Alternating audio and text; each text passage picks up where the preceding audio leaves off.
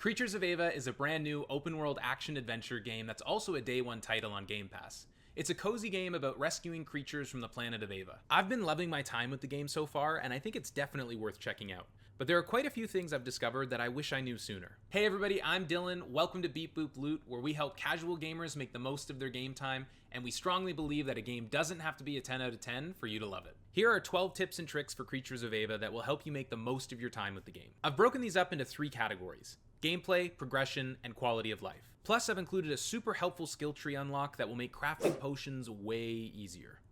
Let's get into it. So first off, each zone in Creatures of Ava has a story quest and side quest, but there's also a zone quest that requires you to rescue a certain number of each of the creatures. You have to complete the zone quest to move on, but this is something that you should get pretty close to completing just by progressing through the story quest and rescuing the creatures you run into. So in the first zone, the grasslands, I accidentally focused on the zone quest way too much, and it ended up forcing me to backtrack via the story quest way more than I would have had to if I had just focused on the story quest to begin with. Next up, I want to talk about creature co-op skills.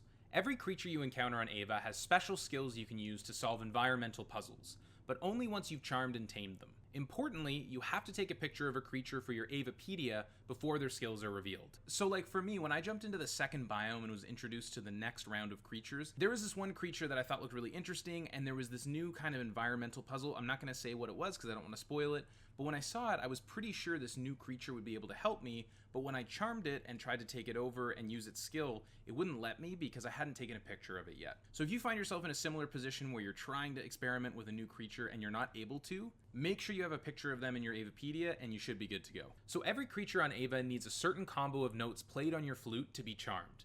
If you forget or mess up the notes, which happen to me all the time, don't worry. Just wait and the creature will play their notes again. There's no downside to waiting and listening again. There's really very low stakes in this game. It's one of the great cozy things about Creatures of Ava, so just keep that in mind. You can really try as many times as you want until you get it right. Also on that note, if you are charming creatures, you have to keep your flute out for them to continue following you.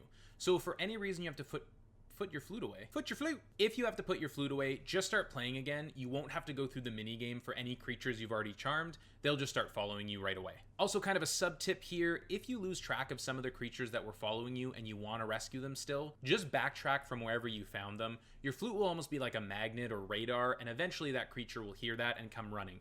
The range is a lot longer than you think, so it's usually pretty easy to find them. Next up, let's talk potions and crafting. Potions are crafted using colored essences gathered from different resources in the open world. They all just look like different plants with different colors. Green essence for health, gold essence for stamina, and combinations of essences for stronger potions. There are other essences other than green and gold, but when starting out, the most important ones will be for health and stamina. Also when starting out, green essence is by far the most helpful. If you're anything like me, you're gonna get hit a lot by the creatures, so stocking up on health makes a ton of sense. Grab all of the green essence you can find, and then make sure to use every campfire you come across to craft potions and stock up. Alright, so that covers some gameplay tips. Let's move on to progression in Creatures of Ava. Think of the next 3 tips as like a rapid fire way of getting more skill points and progressing your experience bar. Tip number 6, keep your eyes open for sensor spots. When you're moving through the world of Ava, you'll see these little campsites with almost incense rising from them. These are sensor spots, and anytime you sit down here, you'll be prompted to play the song of the biome.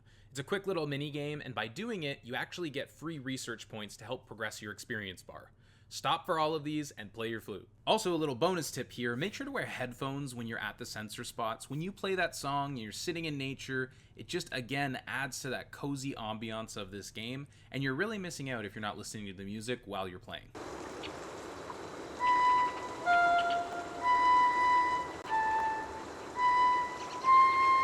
Tip number 7 is quick and dirty. Just like the sensor spots, there are Antari statues scattered across the map. All you have to do is press Y and hold it to investigate them when you find them, and just like sensor spots, you will get research points to progress your experience bar. So tip number 8 is listen for wind chimes.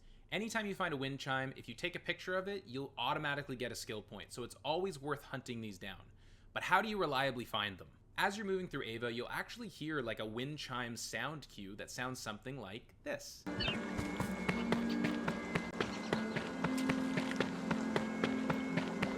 So anytime you hear the wind chime sound, just be on the lookout. The audio in this game is pretty good, so you can usually use the audio to source where the chime is coming from. And then just keep in mind there's usually going to be some sort of environmental puzzle to get a proper look at the wind chime. Okay, rapid fire out of the way, the next progression tip is about backpack pockets, health kits, and stamina kits. When you're exploring Ava, you'll probably come across these objects that are highlighted with this like trail of copper amber light. These are hidden all around the world, but a lot of the time you'll find them near side quest objectives, so it's also a good excuse to do side quests. If you find enough backpack pockets, health kits, or stamina packs, these will boost your inventory size, your health, or your stamina respectively. These are super helpful, but especially in the early game when you're starting out, a little bit of extra health or stamina could be the difference between managing through a creature encounter or dying. But even dying in this game is like kind of cozy. You just sort of take a knee and it's fine. So you've probably noticed in your Avapedia that anytime you take a picture of a new creature or discover a new creature, there's like a research bar and there's a score from 0 to 100% of how far you've completed the research on that particular creature. The research tasks associated with each creature are how you progress the research bar, which I think is pretty obvious. But what I didn't realize was when you complete these challenges, you unlock a trinket for your bag. Now this is purely cosmetic, but it is kind of cool, and it's a nice little bragging rights for all the creatures you've fully researched. You can customize these in your inventory, and you can actually see them on Vic's bag in-game, so it is like a nice little cosmetic addition. Okay, moving on to quality of life for Creatures of Ava. Tip number 11 is you don't have to use the lock-on camera when you're purifying creatures. So what I've noticed is, especially when facing multiple enemies, the default lock-on camera is a little bit frustrating. It's much easier to use the freeform camera, and you can do this by just pressing in the right stick on controller, and you'll have freeform camera back. Like I said, when there's a bunch of creatures all attacking you and jumping across the screen, it's way easier to track movement manually than it is to rely on that lock-on. So give that a try and see if you like it. And speaking of purifying creatures, if you're looking to rescue or purify a certain creature, you can actually go to your mini-map and highlight one of the rescue bots. They're like the fan symbol on the map. They've got like a green outline and it looks either like cell service or a fan, whichever one you prefer. Once you highlight that rescue bot, it will show you all the creatures and the number of those creatures available in the vicinity. This is such a great quality of life feature that the game doesn't tell you at all, and it really helps you check off your zone quests if you're looking for a few extra creatures. And if those aren't enough tips and tricks for Creatures of Ava for you, I've got one more. As promised, the best skill on the skill tree.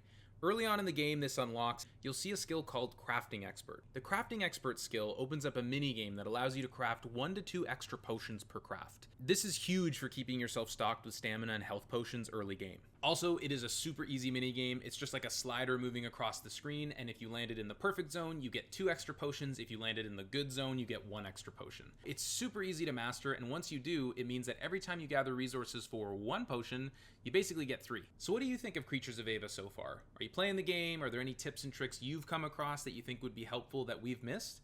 Let me know in the comments below. Like I said, Creatures of Ava is a brand new game to Game Pass on day 1, and if you're someone looking to maximize your Game Pass membership, check out this video here for the best short games on Xbox Game Pass that you can beat this weekend. And of course, if you enjoyed this video and want to see more content like this, we'd love for you to stick around and subscribe to the channel. Thanks so much for stopping by. I'm Dylan. This is Beep Boop Loot.